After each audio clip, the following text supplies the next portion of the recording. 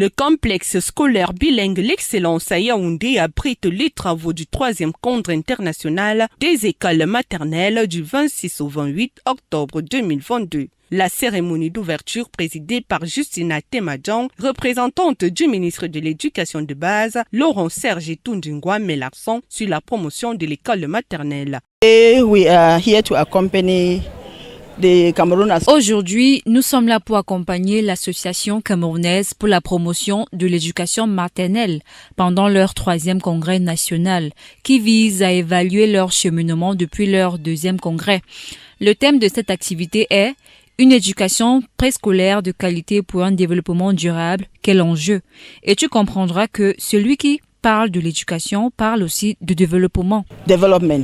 La représentante du ministre de l'Éducation de base encourage l'association camerounaise pour la promotion de l'école maternelle conduite par Anne-Valentine Bissobissa. Cette association ne ménage aucun effort à toujours accompagner les pouvoirs publics dans la construction du chantier de la modernisation de l'école maternelle. Les recommandations que nous avons données à la CAPEM, c'est de continuer à soutenir le gouvernement camerounais en ce qui concerne le développement de l'école maternelle au Cameroun, d'avoir un partenariat fort avec le ministère du gouvernement, du ministère de l'Éducation de base, car ici est un lieu de partage.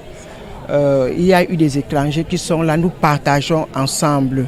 Donc la CAPEM est un meilleur partenariat pour le ministère de l'Éducation de base en ce qui concerne la pédagogie. Au cours de cette cérémonie animée en son et en couleur par les tout-petits, plusieurs thématiques sur les enjeux, les défis et les perspectives sont présentées par différents exposants. L'exposé qui faisait office de communication inaugurale porté sur le préscolaire de qualité et le développement durable.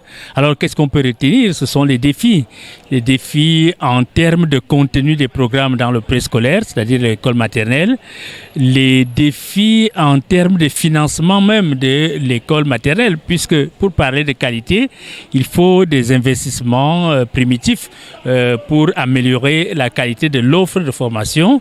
Il y a également quelque chose qui me tient à cœur, c'est justement la langue d'acquisition des savoirs. Notons par la même occasion que le ministère de l'Éducation de base ambitionne de porter le taux brut de préscolarisation à 50% à l'horizon 2025 en impliquant davantage les collectivités territoriales, décentraliser les communautés et les acteurs susceptibles d'accompagner ce processus à travers la prise en charge des structures.